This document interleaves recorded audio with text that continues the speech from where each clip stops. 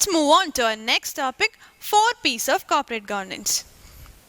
Corporate governance does not go by profit figures or good cash flows. It goes by long-term goals and contribution by its people.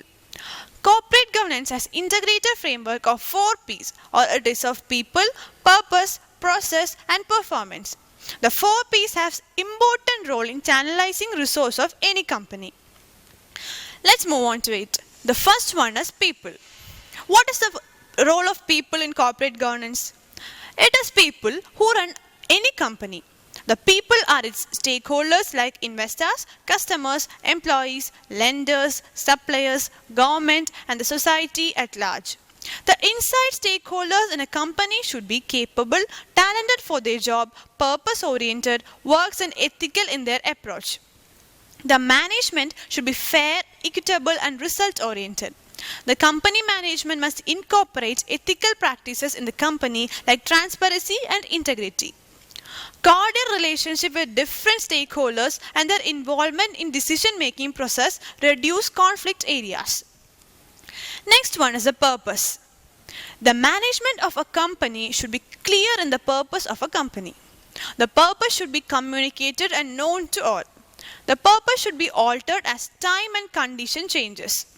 The established purpose should be measurable and actionable. The purpose definition leads to vision and mission of a company.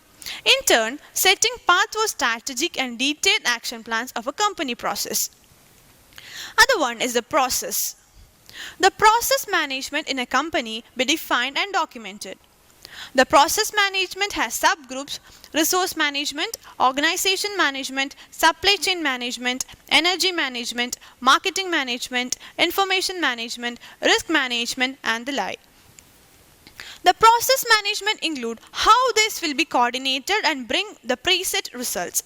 The control parameters and mechanism will show the areas of deficiencies in this process.